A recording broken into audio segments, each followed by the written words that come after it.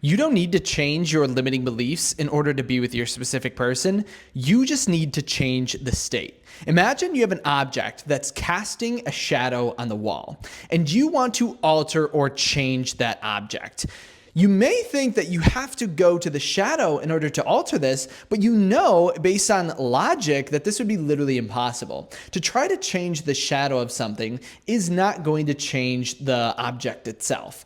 But that's what limiting beliefs are. So of each state, it just casts a shadow on the wall of limiting beliefs that are based on that state. And so as you begin to enter a state, it is going to bring about the limiting beliefs that are related to that. But instead, if you choose to alter your state itself, you are going to have a whole different set of limiting beliefs that are, of course, in a higher state, going to be much different from the state that you're in. And so right now, it feels like we have to go out in our reality and change things, or even change ourselves or the way that we are thinking. But what if we were to say this was just the shadow of the state? What if this wasn't something that you actually needed to change because it was just something casting as a shadow from something else? And so if we can understand this, then we can actually just decide and choose a new state. And this is actually what Abdullah would say to do. This is complete Abdullah manifestation. He would slam the door on things and he would say to look at or try to change or alter your limiting beliefs, in the words of Neville, he would actually say is a futile readjustment of surfaces. Because who has these limiting beliefs? If we were to ask ourselves that question, the answer becomes very simple. Who is the person that feels they need to change things in our reality? Who is the person who feels as if negative things happened to them in the past? Who is the version of us that feels negative things have happened with our specific person? And the answer will always relate to a state, no matter what. It will be the state that we're in that actually creates limitations. And the ideas that actually relate to that are, in one state, you're going to have beliefs, limits, thoughts, and actions that relate to that state. And we know of these, right? Each state is going to produce symptoms of that state. And so that's why as well, whenever we have thoughts or negative thoughts in our reality towards our specific person or towards whatever it is that we're trying to create, it is not the thoughts that we need to change. It is the assumptions and the state that relates to that. Because as you begin to transition to a new state, you are going to have new beliefs, new limits, new thoughts, new actions that automatically come in accordance with that. That's why sometimes acting in accordance or divine action feels difficult, because it's specifically related to our state. When we ask ourselves, what do I do at this moment? If you are in a state that feels as if they are not with their specific person, or feels limited, or feels like negative things are happening that we need to switch or change, then all of our actions are just going to be of that state. Each state just wants to produce more of itself. That's why when you're in a happy state, your mind just wants to create more happy thoughts, more happy beliefs, more happy actions. But when we're in a sad state, our mind just wants to create sad thoughts, sad states, and sad reactions. So to try and change things, or to try and attack your limiting beliefs, just understand you're attempting to attack the shadow of the object that truly needs to change. But as we change the object that is cast in the shadow, or the state that is casting the shadow automatically changes as a result. Because in a state of confidence, are you not going to view what is happening with your specific person so much differently?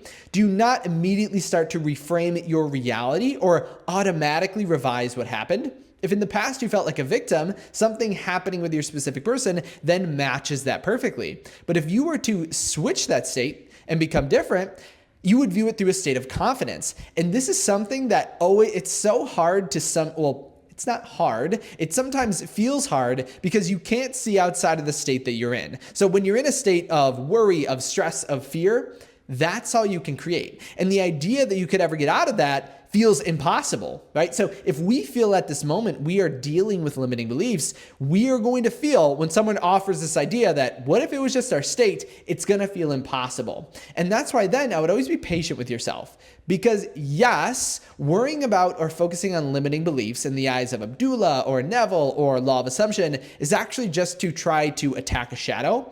But sometimes when we have limiting beliefs, we need to observe it to understand that it's a shadow. And so that's okay. If you feel as if you have limiting beliefs and you're doing things that are altering it and helping you, that's a learning device, meaning we are getting more confidence to understand it is just a shadow and we don't actually have to do anything to change it. When we understand it's a shadow, by focusing on it, by contemplating it, by getting close to it, then we understand, oh, we just change our state and everything automatically creates or changes as a result of that. And so don't be afraid if you feel you're doing things to, like, let's say, work on your inner child or something of that nature. That's not technically bad. But remember, it might include or create a bunch of work that is totally unnecessary. And it isn't technically unnecessary because anything you do to try to change your state or to alter yourself is always going to be good. In the same way of time, we feel time impacts us and we feel time is a negative thing, but experiencing time is just you getting ready to actually prepare yourself for the change in state. You can only and will ever alter who you are and your identity, and everything leading up to that is just you preparing to alter that identity. That's why we experience time at all. We're just getting ready to jump and bounce into a new state. And so if you feel you're doing things to work on your limiting beliefs, that's okay. Don't feel like it's not allowed to do so, because sometimes in a state it feels as if that is our reality. But just know limiting beliefs, whether we think so or not, are just a shadow casted from the object of the state, and as you switch that state, everything seemingly alters as a product of that. Because I like to ask the question again from earlier, who is it that feels they are limited? Who is it that feels hurt? Who is it that feels victimized? In your end state, would you not feel completely differently in relation to these ideas? Wouldn't you view things as a process, or wouldn't you understand your own value and your own confidence in that end state? And basically nothing that's on your mind now would actually be impacting you? The answer is, of course. And in the same way, imagine, and we can kind of change the metaphor a little bit. Imagine you're in a state of, think of the difference between someone in poverty and someone in wealth. The poverty individual says, I can't afford this, I can't do this, I must sacrifice this for that. But the wealthy person doesn't feel like that at all. The person in poverty thinks, how do I overcome this? How do I stop sacrificing things? I feel like I want everything. How come I have to sacrifice this or sacrifice that? This contemplation only supports the state of poverty. But the individual in their end state, who is wealthy in this case, doesn't actually contemplate that at all. They don't have to think about overcoming sacrifice. They don't need it. And so right now, if we feel we have to sacrifice things, or we are in a state of this or that, remember that doesn't have to be. It can be a this and that. But I think this state of poverty as compared to wealth is a really good example of this, because it's almost like the idea of contemplating struggle or contemplating something negative, only to understand that it never was a problem to begin with. Kind of like when we see something negative in our reality and we start to realize, how do I overcome this negative thing? But if you understand it was never negative to begin with, there is nothing actually to overcome.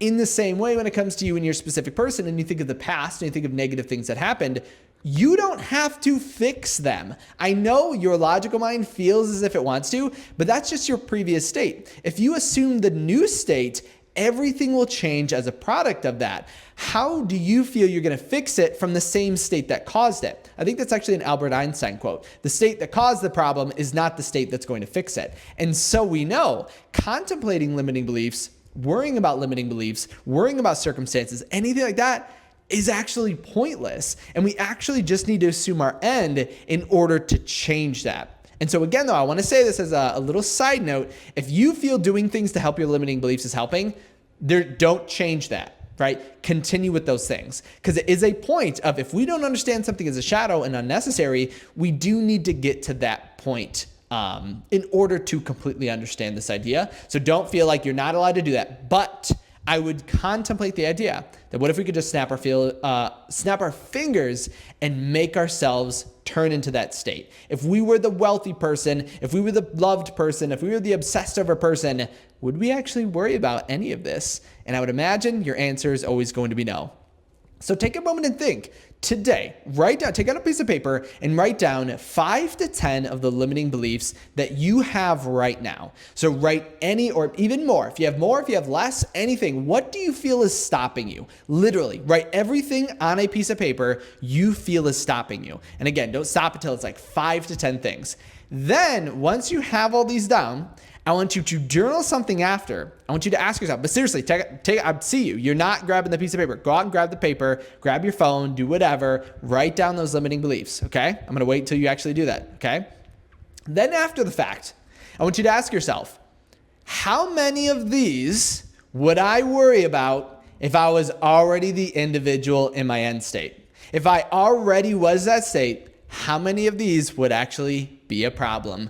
And I think the answer, I'll let you answer that yourself through your journal. I don't want to give you the answer. I think we all know the answer, but how many of those would you actually be worrying about? But I would say physically write it out, because it's going to undermine all of the worry and eliminate it by visually seeing it. Because by giving out or bringing about what you feel is limiting you, writing it down and then asking yourself that question, would my end state worry about any of this? You're going to get your answer. And because it is specifically the things that you feel you might be worrying about in the moment, it's going to completely release them. Remember, releasing limiting beliefs is all in relation to the state, and never forget that. If you did have any questions with that or anything of that nature, comment it down below. Maybe you could even comment use this video as an actual journaling prompt and comment those limiting beliefs and then answer the question. Write the question, would my end state worry about this? And no. And then maybe even if you want to add to this, what would your end state actually be concerned with? What would actually be the problems of your end state? It might be that you're getting too many messages from your specific person. You don't have any free time to yourself because you're constantly hanging out, or your specific person constantly wants to see you. What are those limiting beliefs? Because I know they sound funny, but they're also limiting beliefs of a different state, because each state will have its limits, its thoughts, its beliefs, and its actions related to that. So never forget this. So comment that down below, as well as any questions, any thoughts, any successes with our previous technique of writing down 10 things and seeing what manifests. I want everybody who's coming from that video to comment and get me updated, because someone mentioned I think it was a text that they had 4.5 of their things that they wrote down manifest. So I've been meaning to ask that person what that means. I don't know what the half means, but how many of those 10 things that you wrote down in a previous video actually came true? As well as this, if you did want to reach out to me with a personal question, or you wanted to post all this, send it to me directly, make sure to head over to KyleAugustCoaching.com. And always remember, don't fight the shadows on the wall. They're just being casted from the state. Change the state, and the shadows on the wall will automatically change with it. As always, thank you so much for stopping by today. Thank you for subscribing. Thank you for becoming a member, and I can't wait to see you in my next video tomorrow.